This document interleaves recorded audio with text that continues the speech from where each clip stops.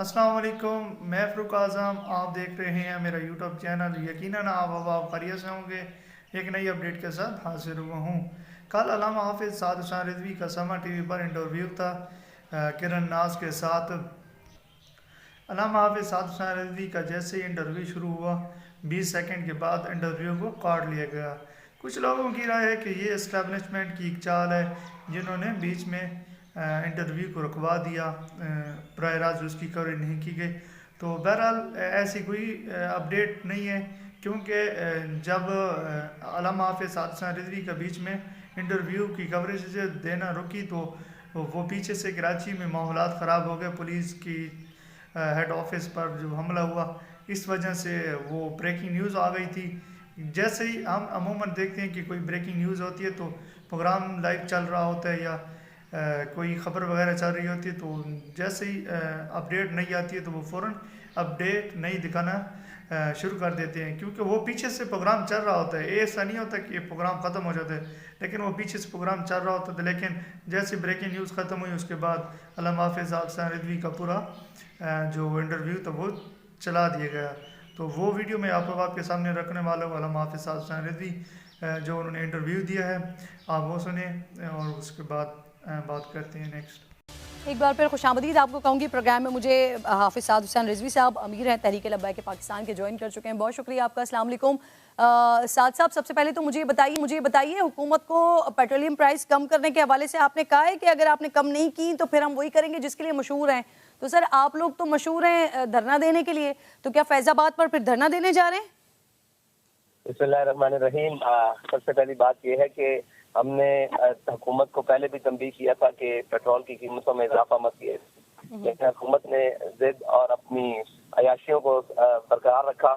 इन कौम के ऊपर एक पेट्रोल का बम, बिजली का बम और तेल गैस का बम ये सारे गिरा दिए। इसके मुकाबले में हमने हुकूमत को अल्टीमेटम दिया कि वो 72 घंटे में अपनी पुरानी कीमतें जो है पेट्रोल की 14 फरवरी वाली वो बहाल करें, वरना फिर हम एक उस कदम की तरफ जाएंगे जो कौम के हक में बहुत बेहतर होगा। और ये कहना कि जनाब एहतजाज की तरफ जा रहे हैं, मेरे भाई कौम को इन्होंने इस नहज तक पहुंचा दिया है, गरीब आदमी की रोटी पूरी नहीं हो रही, वो एहतजाज का सोचता ही नहीं है। ये तो हम है कि हम सांस ले रहे हैं और कोई इनके खिलाफ बात कर रहे हैं, कोई इनको जगा रहे हैं, वरना तो कौम तो नहज में पड़ी है कि उनको सर उठाने का मौका नहीं मिल रहा।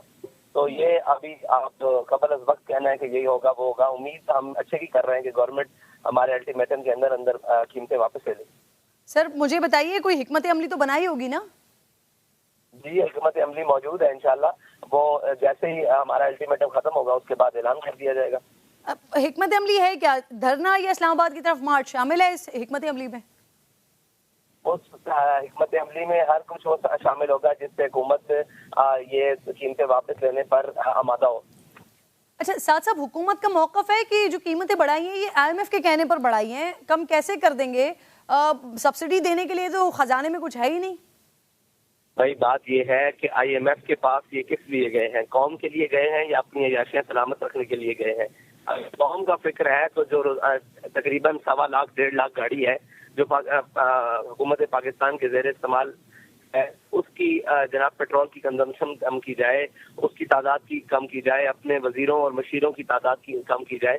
तो क्या ये हमेशा कुर्बानी का बकरा बनाने के लिए कौम ही रह गई है? जब ये IMF के पास जाएंगे इसका मतलब यह है कि कौम के कपड़े उतरने शुरू हो जाएंगे, कौम के जनाब बेड़ा गर्क होना शुरू हो जाएगा, कौम महंगाई के अंदर पिसना शुरू हो जाएगी। ये तो मुमकिन नहीं है ना।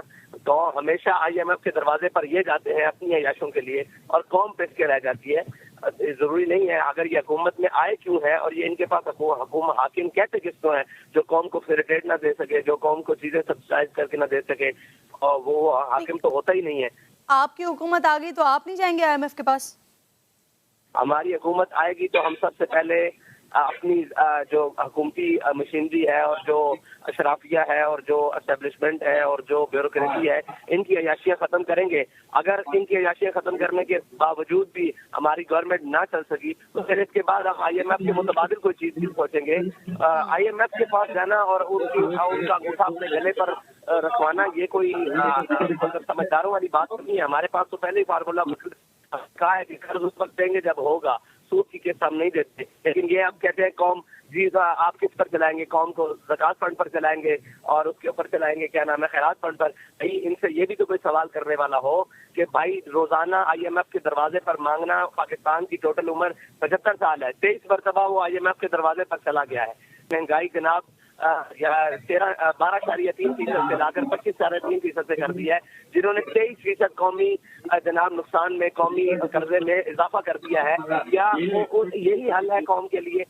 साद साहब, आप अल्टीमेटम दे रहे हैं हुकूमत को 3 दिन का, 72 घंटों का। दूसरी तरफ इमरान खान साहब भी 5 से 6 रोज के अंदर अंदर अपनी तहरीक का आगाज करने जा रहे हैं, जेल भरो तहरीक का। तो ये एक साथ ये टाइमिंग ये सिर्फ इत्तेफाकी है? मेरा ऐलान पहले है और इमरान खान साहब का बाद में है, तो इत्तेफाक तो इमरान साहब से सवाल हो सकता है या नहीं। मेरा ऐलान तो पहले है। अच्छा, ये बताइए, मुमकिन है आने वाले दिनों में इलेक्शन की तारीख तय हो जाए सर? तो क्या पंजाब में तहरीक इंसाफ के साथ मिलकर इलेक्शन लड़ने के कोई चांसेस हैं? जी बिल्कुल भी कोई चांस नहीं है। जी आप कह रहे हैं बिल्कुल भी कोई चांसेस नहीं है पाकिस्तान तहरीक इंसाफ के साथ मिलकर इलेक्शन लड़ने के। बहुत बहुत शुक्रिया साद हुसैन रिजवी साहब, प्रोग्राम में मेरे साथ मौजूद थे। आप लोगों ने अल्लामा हाफिज साद हुसैन रिजवी का मुकम्मल इंटरव्यू सुना, लेकिन अल्लामा हाफिज साद हुसैन रिजवी ने 4 मिनट के अंदर अंदर जो अपना लाएमल था, अपना तरीक़ाकार था, सब क्लियर कर दिया है। अब हुकूमत को वार्निंग मिल चुकी है। हमें यही तक तवक्कुआत की जा रही हैं कि हुकूमत 22 रुपये पेट्रोल डीज़ल की जो हैं प्राइस जो बढ़ाई हैं वो ख़त्म करेगा, वरना ये हमें ऐसे लग रहा है कि हुकूमत से हाथ धो बैठेंगे, अपनी हुकूमत गिरा बैठेंगे, हमें ये लगता है। लेकिन बहरहाल उम्मीद अगर हुकूमत चाहती है कि गरीब अवाम पर बोझ ना डाला जाए और जो प्राइस वगैरह बढ़ाई गई हैं उसको ख़त्म किया जाए, तो इनके पास एक ही ऑप्शन है कि वो कीमतें गिरा दे, वरना इनके लिए अच्छा नहीं हो सकता। ये मेरी अपनी राय है। और उसके बाद जो है बात, अब नया तरीका मेरे ख्याल में अपनाया जाएगा, कोई तहरीक वगैरह चलाई जाएगी, जिस तरह इमरान ने बिलों को जलाया था। शायद बिलों को जलाया ना जाए, लेकिन ये कहा जाए कि हम बिल वगैरह नहीं पे कर रहे, तो ये हो सकता है। ये मेरा अपना एक पॉइंट ऑफ व्यू है। बाद में देखते हैं कि अल्लामा हाफिज साद हुसैन रिजवी किस तरह तहरीक खड़ी करते हैं, किस तरह अवाम को मैदान के अंदर में लेकर आते हैं। यकीनन आप अवाम को मेरी ये वीडियो अच्छी लगी होगी। मज़ीद ऐसी इन्फॉर्मेटिव वीडियो के लिए अगर आपने अभी तक मेरे चैनल को सब्सक्राइब नहीं किया तो चैनल को जल्दी जल्दी सब्सक्राइब कर लें, ताकि हमारा आपस में रब्ता जुड़ा रहे। तब तक के लिए फ़रूक आदम को इजाज़त दीजिए। अल्लाह हाफ़िज़।